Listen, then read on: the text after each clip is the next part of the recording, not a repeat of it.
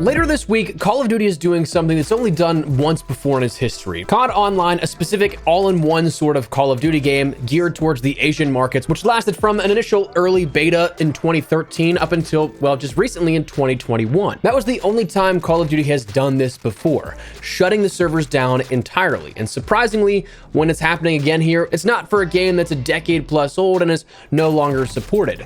Surprisingly, it's Warzone 1 that's losing its support and ability to play entirely, launching just in 2020 and already shutting down 3 years later. Today, we're taking a trip down memory lane and experiencing what Warzone brought us along that time from initial launch to where we are today. So as we go along, drop your thoughts down below. What was your favorite season of Warzone throughout the years? If you enjoy the look back, drop a like on it. And if you're interested in more retrospective content and the coming coverage of games like Modern Warfare 3, XDefiant, and more, consider subscribing. I'd love to have you in the community. For now, let's take a look back at the last 3+ years of Warzone and where it all began. So starting where it all began, Modern Warfare 2019 launched. We ended up seeing things like Ground War, Spec Ops that introduced us to these larger points of interest, these larger areas of combat that from the very beginning, players were like, this would make for a good Battle Royale map, right? Modern Warfare 2019 coming off the heels of Black Ops 4 and a very successful Blackout mode as a Battle Royale sub-mode within Black Ops 4, the interest was definitely there. But we didn't see anything come of that until, well, Season 2 of Modern Warfare 2019, where we saw the launch of Warzone on March 10th of 2020. Players were introduced to the world of Verdansk in an official capacity, again, seeing bits and pieces here from the launch of Modern Warfare 2019 with Spec Ops and even some of those Ground War maps, but it was a hilariously different game than where we left Warzone 1, and if you were to check it out today, day 1 to day 1286, which is today, is an incredibly different look at the game. But that initial launch sowed the seeds for plenty of secrets to come that were planted, but for the most part, Season 2 was all about learning the world of Verdansk and mastering its potential. Again, as you probably see by some of the gameplay in the background, incredibly different in terms of an air quote meta. The weapons that I remember using around day 1 were thermal scopes on, say, an HDR or a sniper, simply because they didn't have any render distance drop off at that point, so you could see enemies across the way. Then things like a no stock M4 were one of those ones that a lot of people ran for ADS speeds and things like that, but realistically, there's no control over distance there for that. So again, very different game. Then comes Season 3, that was the introduction of some first map changes to Warzone, though albeit not a whole ton because it was the introduction of the bunker system within Warzone. So it didn't add a whole new point of interest or anything like that, but it did open up some underground areas, which looking back at it, I remember, wow, this took so long to get into these bunkers. We've been waiting for so long to have access to that, when in reality, it was literally just like a month or so without any major changes to the Warzone map, which things move at a much slower pace recently. But the bunker system was available by finding a key card that would open them and allowed for players to get tons of high-level loot. They were filled with legendary crates and was a great way to start or regain in Battle Royale, or if you were playing Plunder, you could usually get an easy 100,000 cash at least right off the bat. So those were introduced, and again, a nice way to get some high-level loot, but they were really kind of a decoy because they were introduced and there was a specific bunker that had a little bit more to it, that being Bunker 11. Now, bunkers that were above ground could be opened, again, just with those simple key cards. Others were down inside sort of underground tunnels. Those could not. Some of those were opened up later on down the line for the Black Ops Cold War year of support and that shift to Verdansk 84, revealing missiles in some silos, but the current time of discussion, not so much. The only bunker that was above ground that was not able to be unlocked was Bunker 11. That was up northwest above Arklov military base. Bunker 11, though, could be accessed by completing an, at the time, extremely complex Easter egg in the duration of either a Battle Royale match or a Plunder match. So each were timed, and the quest took you all around the map, and also taught some people a little bit of Russian. In short, there was a code sequence that would be broadcast each match, and it was a changing code. So each time you'd end up jumping in, it was unique and different. You couldn't just write down the code and do it every single match. But this code sequence would be started by certain activation phones, and then it would tell you a number sequence in Russian. Those numbers corresponded to certain phones around the world of Verdansk, which then you had to interact with, and if you completed them in the correct order, you were granted access to Bunker 11, which inside there was tons of lore, tons of loot, a blueprint that was permanently unlocked for players that interacted with and picked it up, and the biggest story implication, there was a nuke hidden inside one of the back rooms for all to see, tying in more directly with the Modern Warfare post-campaign Spec Ops storyline, but also the events to come later on down the line. Beyond just Easter eggs, some fundamentals changed with Warzone as we saw the introduction of the armor satchel, which allowed players to stow 8 plates instead of 5, which was a huge benefit and help to the players. That was Season 3 in a nutshell. Season 4, we saw a handful of different fundamental gameplay changes, but not a whole ton beyond that. We saw things like in-game events of fire sale, jailbreak, supply helicopters, and contraband contracts, a feature that honestly, I wish those for the contraband contracts would make its way over into Warzone now. But adding in new ways to interact with a game in a real-time experience. But as for map changes, nothing really happened except for the addition of train tracks, something that we wouldn't see utilized until Season 5. This was a relatively tame season, and I remember people were kind of bummed about it as a result, but in the grand scheme of things, really wasn't all that bad. Season 5 came along, though, and introduced a couple of different fundamental game changes, but also new things to the overall experience of Modern Warfare and our first reveal event that would happen in-game. Fundamentally, we saw new locations opened up around the map where we saw Verdansk Stadium was opened up, and we also saw the train station in Promenade was opened up as well. Zip lines were added to a ton of different buildings to allow for traversal of high ground, and it mitigated some of those one-way entry points that you'd see specifically in downtown, where you had only one doorway to get to the top of a skyscraper. We also saw the roaming train was added around Verdansk to offer loot and a way to get around if at all interested. So there were some cool things to the fundamentals of play that happened within Verdansk during this time. We also saw the Easter egg of the Stadium Easter egg introduced, which tasked players with getting 3 key cards from each level: parking, rotunda, and executive levels, and you'd have to solve a puzzle to unlock the main executive suite, which rewarded players with a blueprint for the CR-56 AMAX, loot like a loadout drop, and fireworks that would go off above the stadium and around the stadium, which weren't visible indoors to players that completed it, which I always found kind of a bit comical. But we additionally saw introductions of things like the Games of Summer, the first in-game event that we'd see, which tasked players with completing things like time trials on certain gunfight maps, and the ultimate reward was a Grau blueprint. And finally, again, the big thing with Season 5 within Warzone was Black Ops Cold War's reveal event. It was the first live event in Warzone history, an interactable thing where you'd go around collecting certain items, and if you completed the tasks in the time frame that you had, you then ended up getting specific rewards alongside all of that. But we also saw at the end the worldwide reveal trailer for Black Ops Cold War. That leads then into the final season of Modern Warfare support, Season 6. This, to me, it might just be peak Warzone. It's like one of 2 contending seasons for me, at least. Fundamentally, we saw gameplay changes with the introduction of the subway system, a new fast travel system that was introduced that would allow you to get from point A to point B in basically an instant. Not quite, you still had that sort of fade in and out transition, but it was a way that helped to traverse Verdansk a lot faster than just simply running for hundreds of meters. We also saw a new Easter egg utilizing that subway system where you had to go downtown and initiate a lockdown protocol in the Capitol building. Then you'd have to solve a puzzle based on the artwork in the building as the chamber filled up with gas, but if you did that, you were able to override the controls and access the maintenance station, a hidden stop on the line only accessible to those that completed the Easter egg.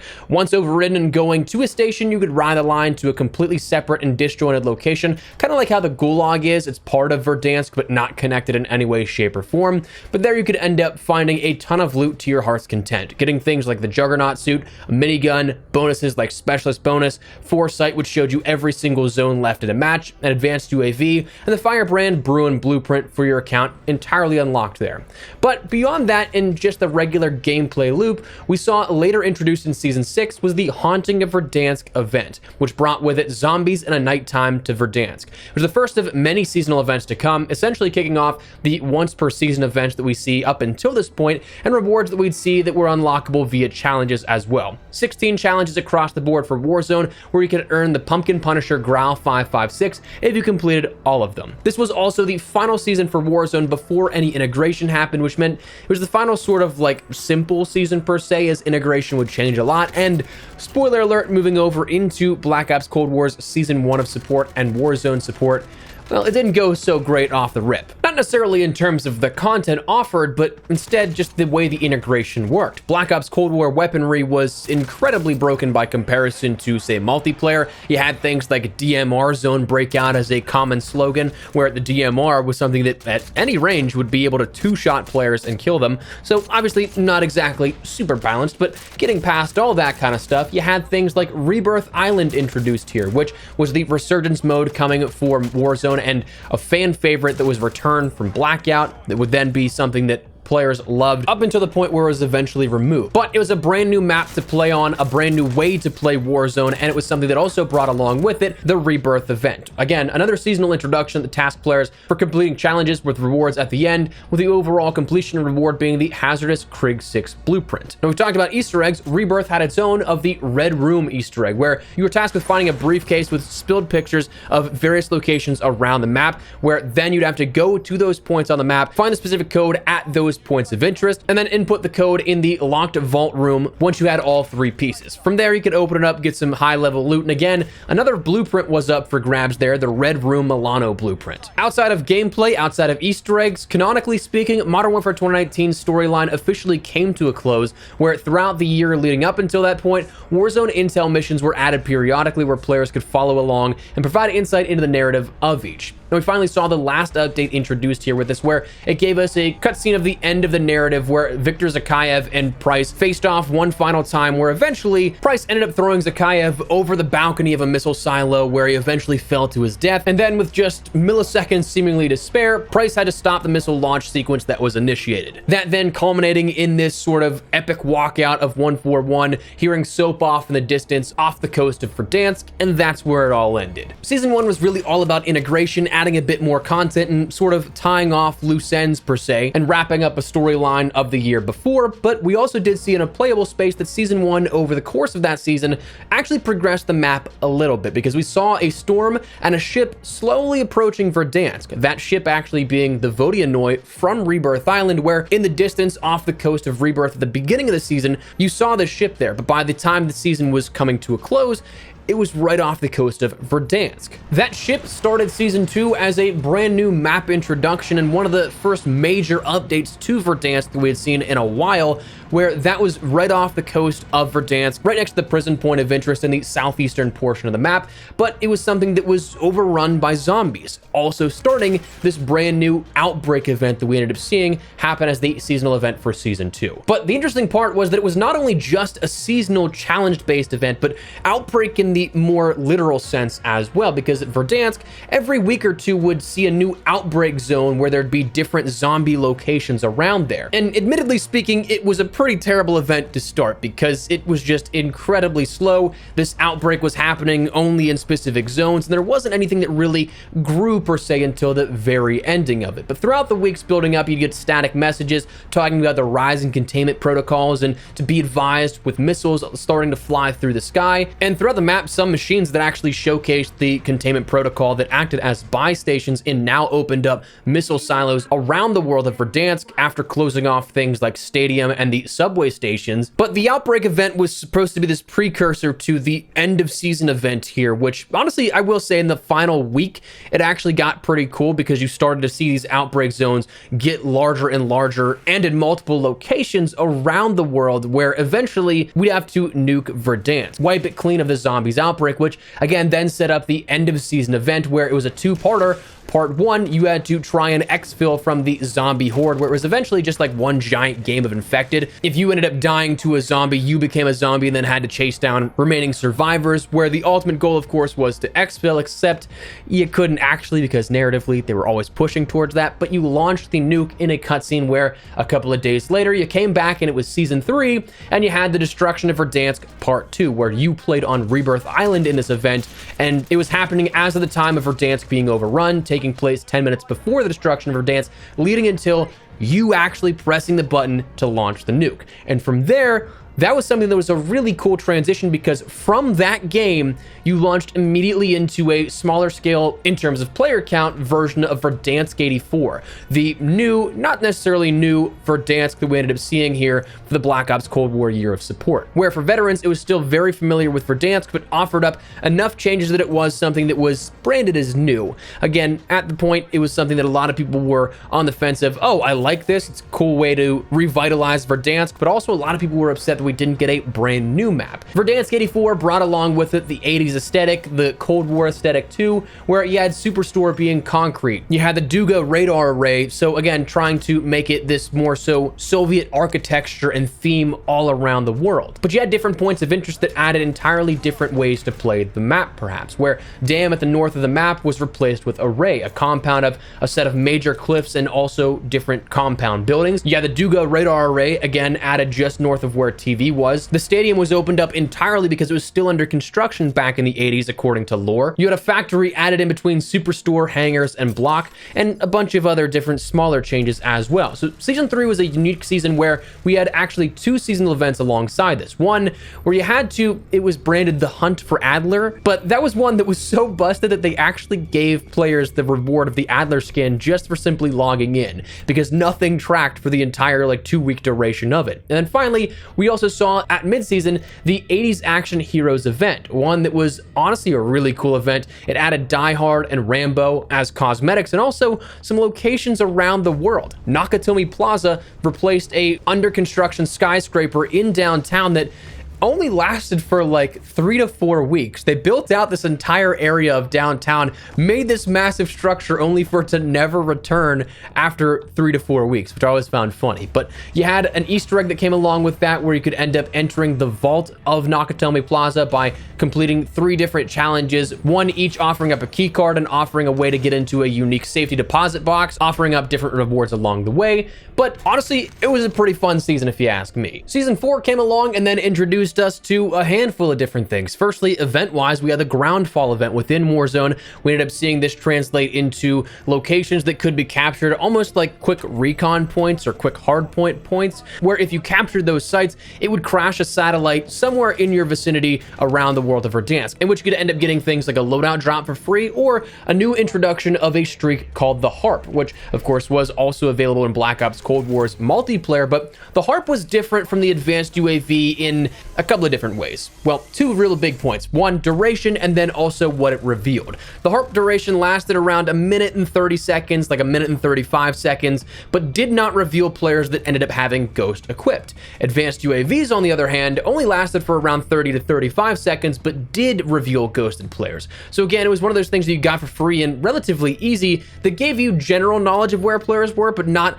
entire knowledge of where everybody was. The only other stuff added in within Season 4, it was a relatively smaller season by comparison to some, but the only other thing added in with Season 4 was the introduction of the Red Door system, which was the reintroduction of a fast travel system, because we just talked about how Verdansk had the subway station. This one, though, was a bit more randomized, where there were sets of locations where Red Doors could be, but not every game they'd all spawn there. So you'd have to be familiar with some of those locations on where they could go, but you'd then fast travel to a certain location around the map. They did have corresponding locations, but again, being that they were so random, a lot of players didn't really memorize, okay, this point goes to that point goes to this point. But at the other side of the Red Door system, you usually had a couple of different crates you could open up for higher level loot and other things that went along with that. But Season 4, relatively smaller grand scheme of things. Season 5, we ended up seeing change that a little bit further. For Season 5, we saw the introduction of the Numbers event, or a little bit later on into the season, we did, the whole basis of the season was kind of based around the numbers, but with that mid-season update, we ended up seeing the Psy melee weapon as a reward. But throughout the season, we saw things like the mobile broadcast stations introduced. We saw the Red Door system actually updated for those that jumped into Verdansk and wanted to fast travel, where instead of going directly from point A to point B, you instead were transferred to this sort of purgatory state where it brought you to a corridor of red doors and offered a new option for where players could end up at. It was still basically random when you were there. You didn't know exactly where you were going, but the predefined points at the end were all still the same. And along with that, we saw an interesting caveat with the Red Door system, because if you went through a red door but a player was already in the limbo period like that, you would then just be spat out above the world of Verdansk, so just like dropping in from the skybox. But anyways, we also saw in Season 5 the introduction of Combat Scout and Tempered, 2 new perks here. The first perks exclusive to Warzone, though albeit it was something that was problematic where players could glitch those into multiplayer, so you had on some occasions players with 2 extra players plates of health, doubling their health in multiplayer because you can't have plates in multiplayer, but those were introduced for the Warzone experience. We also saw finally Cold War Zombies camos introduced. Only took them over half a year to end up introducing them, but it was something that you could use that dark ether finally on your weapons for Black Ops Cold War. Additionally, we saw that Vanguard reveal event similar to how we did the year prior, where it was now PvE. Instead of having players potentially grief your experience, you were working with the entire lobby to stop a train that was going to be delivering war machines to Verdansk. Once you stopped that, once you ended up trying to exfil amongst the bombardment of bombs being dropped on Verdansk, you ended up getting the Vanguard reveal trailer, and that capped off the sort of situation with Season 5. Season 6 was actually a pretty big one. We probably saw the biggest season here in Verdansk, at least, with Season 6, where we saw map changes to the point of actually leveling some areas. We had fissures added in, which were cracks and major changes to the map around the map. We saw downtown, as a result, was essentially leveled where it's almost all rubble. We saw World War II bunkers all throughout the map. I think there were like 3 or 4 of them, where there's lots of loot and underground cover, but there was no Easter egg that was tied in with that, which to me was a massive missed opportunity. And then finally, we also saw the OG showers from the introduction of Verdansk and the start of Warzone introduced as a final send-off to Verdansk. Now, we saw a handful of different events happen within Season 6. We saw the Haunting event come back for Year 2, which instead of zombies, it was actually ghosts and sort of spirits, kind of playing into the Scream and horror genre that we saw tied in with that thematically. But we also saw things like Operation Flashback, which is a version of Warzone where prior events would happen randomly throughout the game. You had the Secrets of the Pacific event, where you had to find items to get you ready for Caldera, and you finally had the Last Hours of Verdansk event, which was the only playable playlist in the final days of Season 6 for Black Ops Cold War, where it marked the end of Verdansk. Those that won ended up getting a commemorative calling card, but beyond that, you saw a trailer introducing you to the next location of Caldera. Where, moving over Season 1 a few days later, it was the literal biggest change to Warzone up until this point, because Caldera was the first brand new map introduced into Warzone. Additionally, beyond that, we had the Vanguard's weapon integration. Like Cold War, balancing was pretty bad, but it offered a massive offering of weapons that you could use across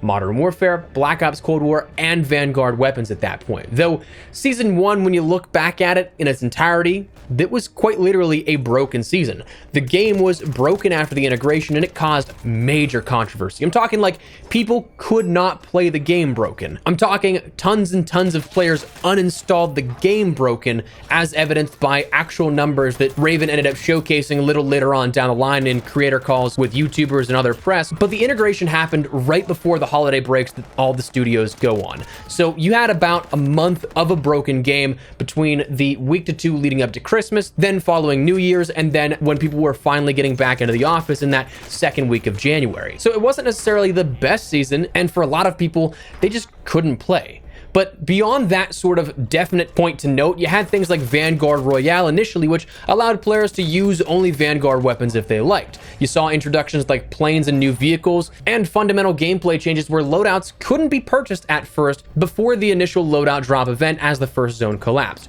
UAV prices were increased as well, so certainly interesting. We did have the Festive Fervor event, which saw Krampus in-game, new rewards, and other things, but other than that, Season 1 offered a lot, but the execution and stability was quite poor. Season 2, though, was branded kind of as a season of rebuilding, where Raven, before the launch of Season 2, acknowledged and promised to do better with Warzone from here on out. And honestly, I do think they kind of nailed that, because on top of all kinds of stability changes and things that fixed the majority of problems that people had, we also saw a ton of content introduced here with Season 2, starting with firstly new points of interest with factory and underground bunkers that both gave high-level loot and were pretty big magnets for hot drops at points. We also saw field upgrades of the Nebula 5 rounds, which display stopping power. We saw the PDS, which created a bubble in the gas that would allow you to breathe without a gas mask. We saw the Nebula 5 bombs and armored convoys. We saw redeploy balloons introduced, which allow you to fast travel around the world by getting up to that altitude where you could zoom around the map and then pull your parachute to glide elsewhere. We saw the search and deploy event. We saw Rebirth Reinforced, which wasn't necessarily for Caldera, but instead Rebirth Island, where it changed that even, introducing changes not only to one specific map, but two, where we saw the Stronghold area that extended the map.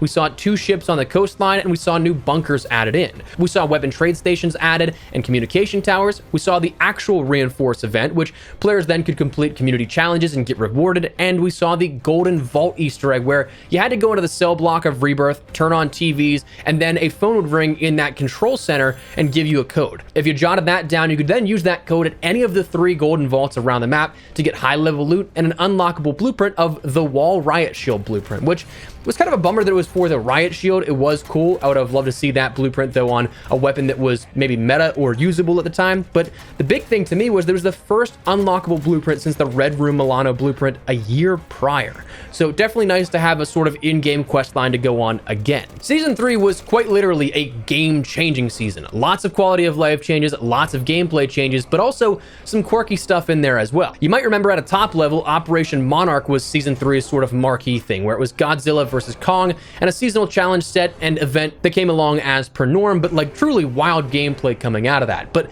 in regards to that, we also saw fundamentally more map changes, where it was a darker, gloomier aesthetic of Caldera, a different skybox there. We had a new point of interest of the dig site. We saw updates to runway, peak, and lagoon points of interest. We saw the underground minecart system come back as a 3rd time the charm fast travel system around Warzone 1, and we saw a new gulag introduced. But we also saw things like a new perk of Serpentine, which would allow for less damage while sprinting, which was certainly something that was an interesting choice. We saw new lootable perks. I love those. You could end up getting individual perks and picking those up just by simply looting different crates around the map. You had introductions like the Gulag entry token and redeploy tokens, allowing you to either get another chance at the Gulag if you had already entered, or allowing you to simply redeploy and skip the Gulag altogether. We also saw new lootable items like speed boosts, so a lot of the fundamentals of Warzone were changed within this season. But Season 4 honestly was a surprisingly large season following even that on top of Season 3.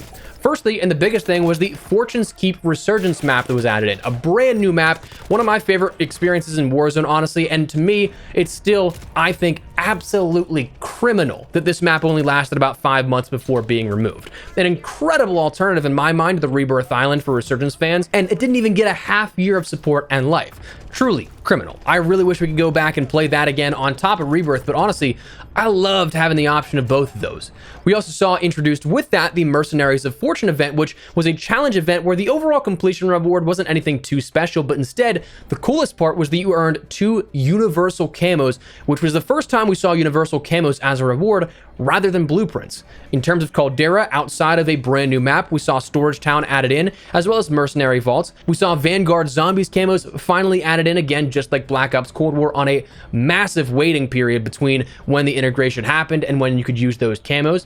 We saw the Titanium Trials event added, which it was a variation of Iron Trials, but alongside that, we saw an actual Terminator-themed event as well, with universal camos as rewards. But the coolest to me was the introduction of a secret reward of the Skynet camo for winning 20 Titanium Trials games, which only that event lasted 2 weeks, so it was a true grinder's camo. You had to win at least at a pace of above 1 per day. Then we saw the Rebirth of the Dead event, which offered a zombies mode for Rebirth Island and also opened up all the golden vaults automatically if you killed the horde of zombies behind them. The wall Easter egg blueprint, if you didn't get that from this season before, or the Easter egg up until that point, was available just to pick up if you wanted to get it. And then Season 5 was the final bit of where it was new content for Warzone 1. It wasn't as great because they were shifting focus to Warzone 2, so it was definitely apparent, but it was a fun final season no less. Points of interest changes, saw Peak being an active volcano, which changed the compound quite a bit. We saw the classic Gulag added in. We saw the Doomsday Station added to reward players with Specialist and a few other streaks if you ended up paying the entry fee to activate that challenge, and the AI that would attack you. And then we saw playlist rotations of Operation Last Call, Iron Trials, and more. But all in all, we saw that span of Modern Warfare, Black Ops Cold War, and Vanguard change and shift how Warzone acted and was played and interacted with by players a ton from day one on March 10th of 2020 to where Season 5 with Vanguard ended up. So in closing and a general look back here at this, honestly, I thought that we ended Warzone in a really good place. Again, if you look at just a couple of minutes ago, Season 1 gameplay from where we started Warzone to where we were with the Vanguard Season 5 ending, that was something that the game was entirely different, but I think personally for the better. It allowed for various different ways for players to interact with the game, to regain if they ended up having to come back from the gulag or be bought back, and a million different things in between there. The key difference is definitely going back and playing once again here in 2023 compared to where we are in Warzone 2, now just branded as Warzone, was that movement felt fluid. That is a natural one. Of course, the game still had plenty of flaws, but one thing that wasn't flawed was the floating loot that I noticed immediately. Looting in Warzone 1 wasn't nearly as bad as Warzone 2, or rather, again, current Warzone, because not everything is just stacked on top of each other. There was that differentiation. There was a little bit that you could just run over loot and pick it up. Warzone 2 has convoluted that a little bit further here with that, but gameplay loop, again, Warzone 1 just felt so much simpler. You didn't have to worry about strongholds or black sites, no worrying about vehicles running out of fuel, though really that's me nitpicking on that point. No worrying about a ton of basic features being ruined by bugs like loadout drops not showing up on the minimap, down states being skipped, and so on. The biggest thing that I have when I look at what we had with Warzone 1 and where we are with Warzone 2 is that, as I said, we ended Warzone 1 in I think a really good place, quality of life wise and gameplay loop wise. Warzone as we have it right now has taken 10 months and we're still not back to that point yet, effectively wasting an entire year of gameplay progression by at the beginning regressing and then starting to build back to where we were at the end of Warzone 1. Like, think about Warzone as we have it right now and think about how different it was at either COD Next or that global release. Things like no loadout drops at all. You had to buy guns individually, and as a result, there were no perks or perk packages available. There was AI everywhere. You had 2 armor plates by default. You also couldn't sprint while plating up, bear in mind. There were significantly less buy stations around the world, which is somewhat ironic given the only way to get your weapons was to buy them out of a buy station, and buy station items were not static. They changed at each location and had finite amounts of them. We had a 2v2 gulag, nothing like helping your enemies get back into the game, with a juggernaut as the overtime mechanic, mind you. There were different size inventories varying on backpacks we found around the world, which were not lootable off dead bodies, mind you. So if you killed someone with a large backpack, you didn't get that extra inventory space. And again, not to mention, even if you had that backpack, died, won your gulag, or were bought back, you couldn't re-equip that large bag. So Warzone now is incredibly different than Warzone then. And Warzone now is especially different as opposed to Warzone 1 and where it's ending up. Warzone as we have it now is essentially DMZ, but in Battle Royale fashion, which fundamentally doesn't work. They're 2 entirely different gameplay loops, but Infinity Ward tried to force it, and that's why so many things were reverted and taken this past year to get back to normal. Warzone 1, again, I think was actually a really great part. I get maybe people don't want slide canceling, maybe they don't want that crackhead movement and everything like that, but in terms of quality of life, the ability to interact with the game as such, things like redeploy balloons, things like lootable perks, things like just quality of life features that showed all your players on your team's plates, gas masks, self-revive, streaks, total cash, all that kind of stuff. Again, it took ages to get back to some of those points in now what we have with Warzone, some of which still aren't even there. So to me, while this is them shutting down Warzone 1 to make way for full support of Warzone 2, it's just a bummer that we ended up having something lightning in a bottle that was captured, expanded upon, and then kind of fumbled for a little bit, where, again, regardless of how you feel of Warzone 2 right now, it's a different game. And no matter what way you spin it, you could probably say that this past year of development has been kind of wasted by transitioning things from the original Warzone 2 to where we are now. Again, all of that could have been avoided. So Warzone 1 will be shutting down later this week. If you guys want to check it out for yourself, get one final game, one final victory royale. Different game, I know that's Fortnite. But anyways, you get the point, the meme there with that. If you guys want to play it, now is the time to do so. I imagine that with people talking about how this is ending, with it going to be ending later this week, you're going to find lobbies very easily. A couple of weeks ago and this past week or so, when I went back a couple of times to play it again here recently, it was still very easy to find matches. Some you found bots, some you found those people that never left and were true grinders and crackhead energy, but at the same time, it's a fun experience no less. So definitely go try it out if you guys are wanting one final hurrah on this. It's definitely still a lot of fun. That said, that is where we're going to wrap it up, and that has been the end and a look back at Warzone 1. So let me know your thoughts down below. Are you guys looking forward to Warzone 1 shutting down? Are you guys upset about it? Whatever the case, drop your thoughts down below. If you enjoyed the video, you found it at all insightful, do me a favor and drop a like on it. And if you're new to the channel, consider subscribing to stay updated with all things Modern Warfare 3, X Defiant, and additional retrospective content like this occasionally. I'd love to have you in the community. But for now, thanks so much for watching. My name is Espresso. I'll see you later. Take care and peace.